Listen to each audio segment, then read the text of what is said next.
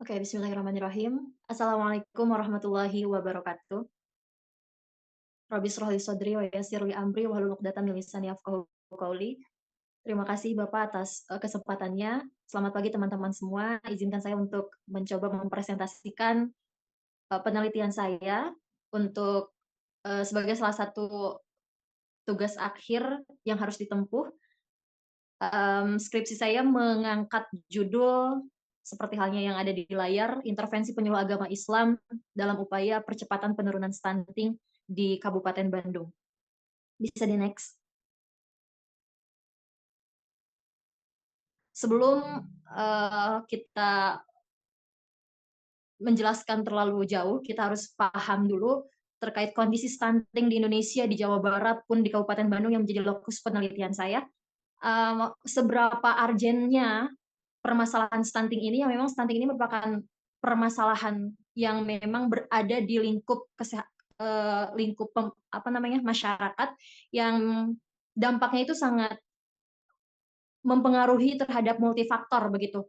Kita mencoba melihat rekam stunting di dunia itu mencapai 22% atau setara dengan 149,2 juta jiwa menurut WHO. Kemudian juga di Indonesia, UNICEF itu menyebutkan, sebagaimana telah melakukan riset, UNICEF itu mengeluarkan data bahwa Indonesia itu termasuk pada posisi kelima di dunia dengan angka stunting tinggi.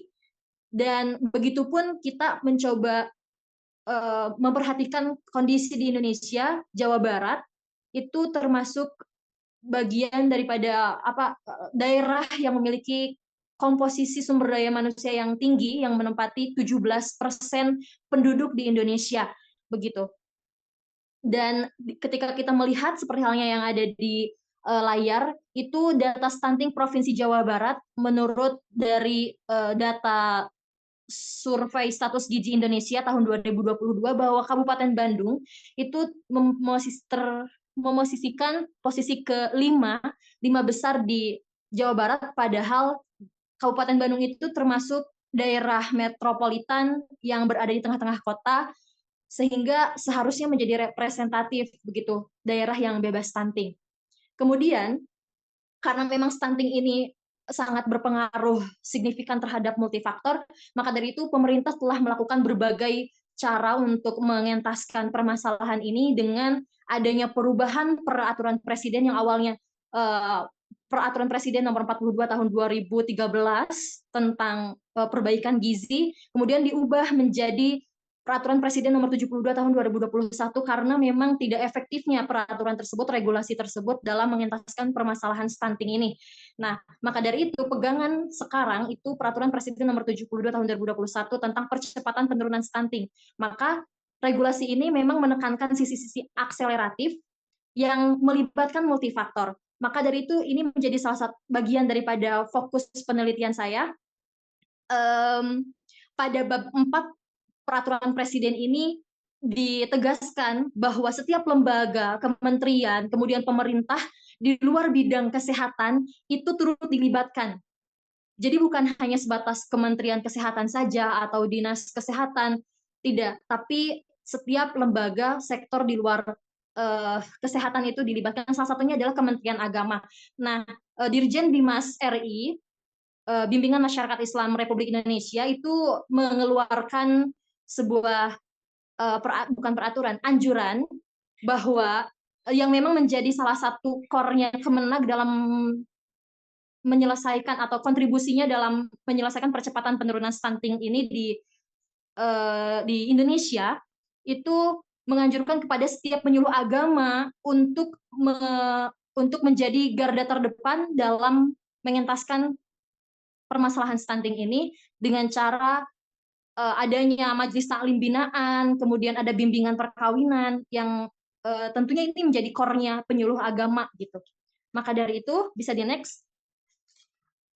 Ini menjadi keresahan dalam penelitian saya, menjadi sebuah permasalahan begitu, bahwa angka stunting di Kabupaten Bandung itu masih tinggi, 5 besar tertinggi di Jawa Barat, dengan kondisi geografis di Kabupaten Bandung itu kan memang menjadi salah satu daerah di pusat kota, jadi representatifnya Jawa Barat begitu ya. Nah, seharusnya ini bebas stunting begitu, dengan banyaknya potensi yang dimiliki, kemudian juga memiliki 200 lebih majelis taklim binaan penyuluh agama Islam di Kabupaten Bandung berdasarkan data dari BKMT, sehingga potensinya sangat tinggi, tapi memang stuntingnya masih tinggi juga. Maka dari itu merujuk pada tadi yang saya jelaskan di regulasi Peraturan Presiden Nomor 72 Tahun 2021 yang melibatkan lintas sektoral, maka dari itu kita perlu tahu bagaimana sih intervensi yang dilakukan oleh penyuluh agama Islam di Kabupaten Bandung dalam percepatan penurunan stunting dengan permasalahan-permasalahan yang tadi saya sebutkan. Bisa di next. Baik, kerangka teori yang saya gunakan dalam penelitian ini, untuk grand teorinya tetap kita merujuk pada induknya pendidikan kita di administrasi publik. Sebagaimana kita tahu bahwa administrasi publik telah berkembang seiring berjalannya waktu dengan adanya paradigma-paradigma baru yang digunakan oleh kita, oleh Indonesia khususnya.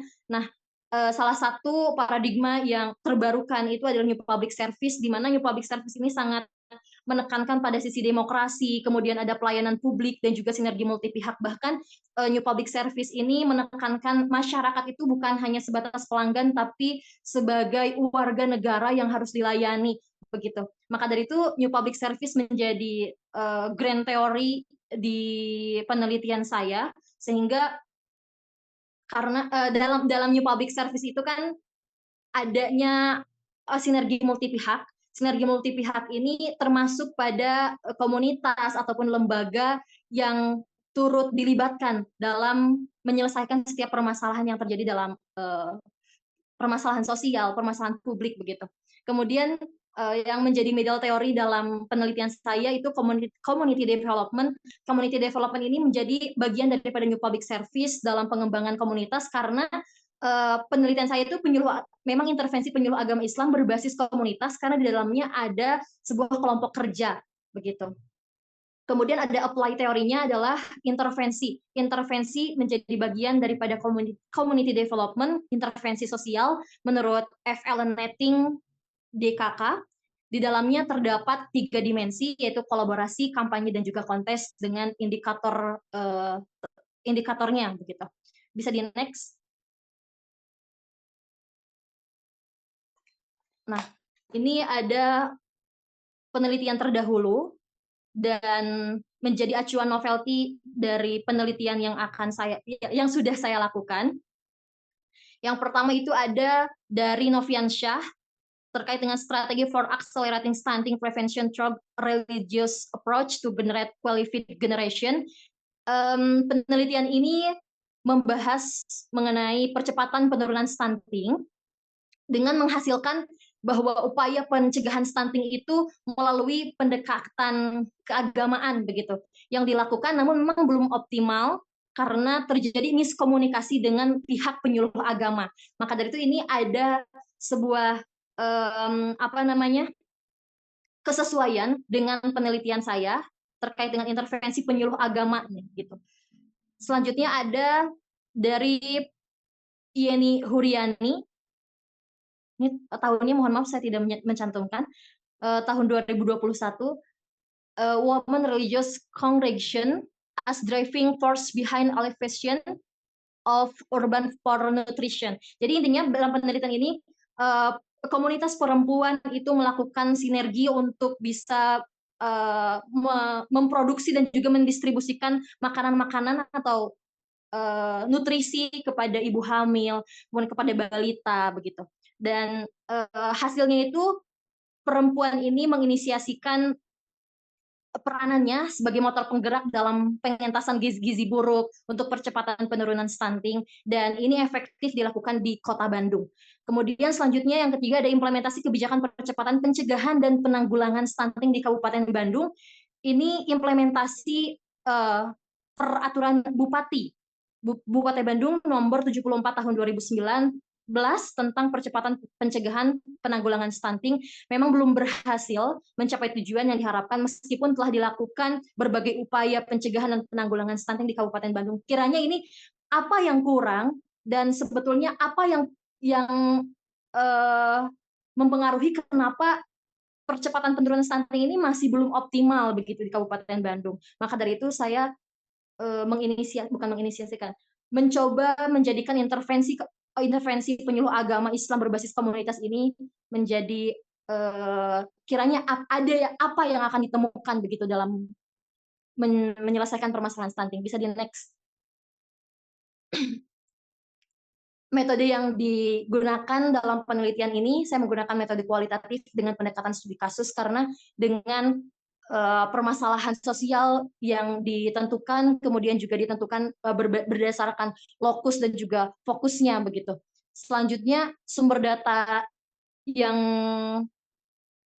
saya gunakan dalam penelitian ini ada sumber data primer dan juga sekunder. Primernya ada melakukan observasi, wawancara, dan juga studi dokumentasi. Dan untuk sekundernya itu saya melakukan studi kepustakaan dengan berbagai referensi sebagai referensi penunjang yang sesuai dengan objek kajian saya. Selanjutnya teknik sampling dalam menentukan informan itu saya menggunakan teknik snowball sampling, di mana di dalamnya saya mendapatkan rekomendasi dari setiap informan utama sehingga melahirkan banyak informan berdasarkan rekomendasi itu sendiri dengan karakteristik yang disesuaikan juga begitu. Kemudian ada teknik pengumpulan data, saya melakukan teknik pengumpulan data berdasarkan observasi, wawancara, dan juga dokumentasi, dan analisis data menggunakan 6 langkah berdasarkan teori dari Creswell, kemudian dilakukan triangulasi data atas teknik pengumpulan data yang tadi saya sampaikan, observasi, wawancara, dan juga kemudian dokumentasi. Di next.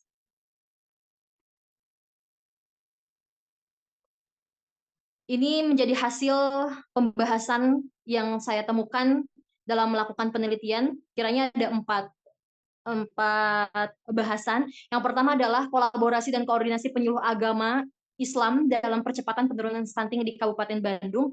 Penyuluh agama di Kabupaten Bandung kerap melakukan kerjasama dengan multisektoral, salah satunya dengan BKKBN, kemudian DP2KB, P3A Kabupaten Bandung.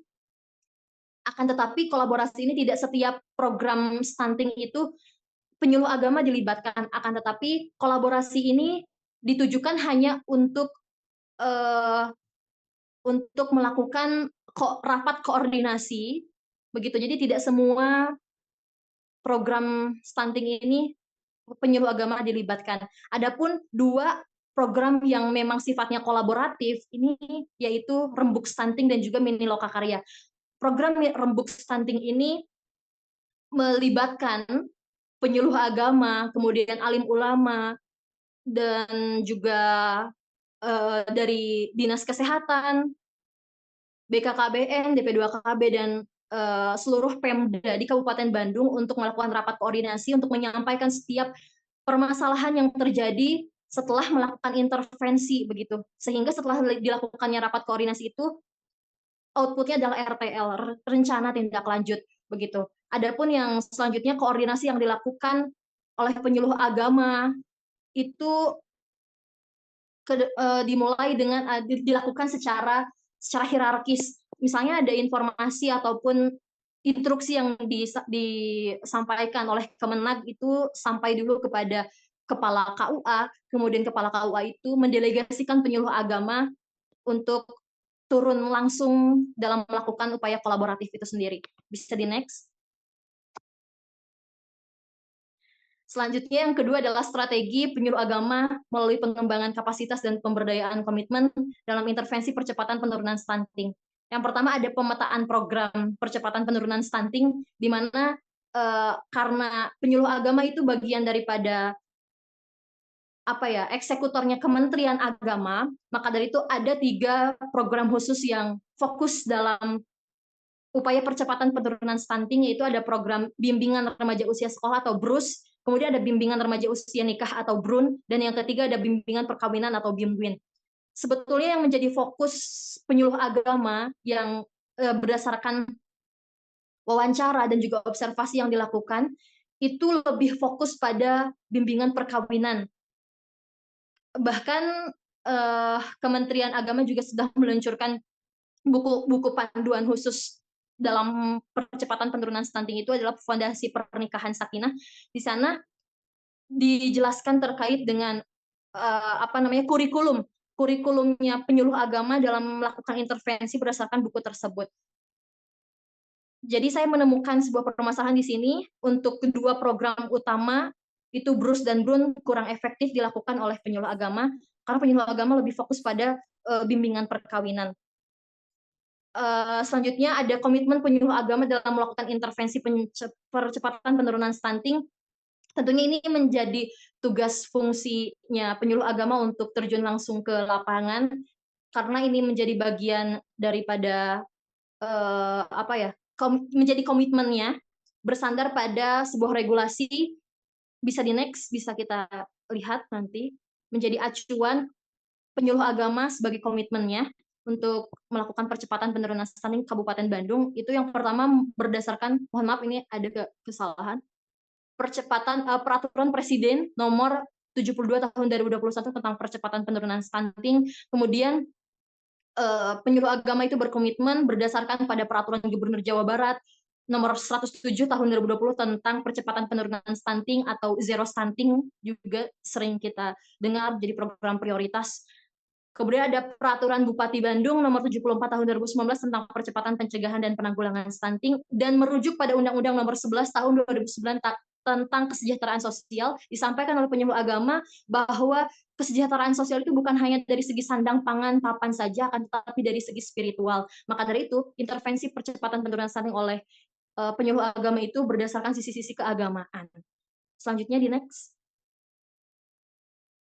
Oke, selanjutnya ada kampanye penyuluh agama dalam intervensi percepatan penurunan stunting di Kabupaten Bandung. Yang pertama teknik edukasi tentunya, karena penyuluh agama dalam melakukan intervensi atau kampanye intervensinya penyuluh agama itu berdasarkan hasil observasi dan juga wawancara yang dilakukan, itu saya menemukan kiranya ada 7 metode yang digunakan. Yang pertama ada metode ceramah, metode sosialisasi, tanya jawab, studi kasus, metode bimbingan, yang tadi saya singgung juga ada bimbingan perkawinan, ada metode penyuluhan, dan juga metode pemberian nutrisi. Ini menjadi teknik edukasi yang digunakan oleh penyuluh agama dalam melakukan intervensi dari segi pemberian transfer ilmu pengetahuan kepada sasaran. Karena sasaran dari penyuluh agama saya sampaikan itu yang pertama ada majelis taklim binaan, kemudian ada calon pengantin, kemudian yang ketiga itu anak-anak gitu. Bisa di next. Aktivitas intervensi penyuluh agama melalui media sosial, memang intervensi oleh penyuluh agama itu tidak hanya dilakukan berdasarkan kegiatan sosial yang secara langsung dilakukan saja, akan tetapi publikasi melalui media sosial juga dilakukan. Akan tetapi di sini saya menemukan ternyata penyuluh agama di Kabupaten Bandung ketika melakukan intervensi percepatan penurunan stunting di media sosial itu belum masif karena masih terfokus pada publikasi telah dilaksanakannya kegiatan A, B, C sehingga dipublikasikan. Bukan hanya, jadi tidak secara khusus melakukan edukasi, memberikan edukasi, penyampaian edukasi dalam media sosial begitu. Itu menjadi kekurangan yang saya temukan begitu. Bisa di next. Ini yang terakhir, permasalahan teknis dalam intervensi percepatan penurunan stunting di Kabupaten Bandung. Itu terjadinya mispersepsi sasaran atas intervensi yang dilakukan oleh penyuluh agama. Dalam melakukan intervensi, penyuluh agama itu kerap menemukan ragam permasalahan yang terjadi, misalnya adanya apa ya, ketidaksepahaman gitu ya antara, penyuluh agama dengan sasaran, misalnya karena memang komunikasi yang kurang maksimal dan juga kesadaran yang, masih minim bagi sasaran.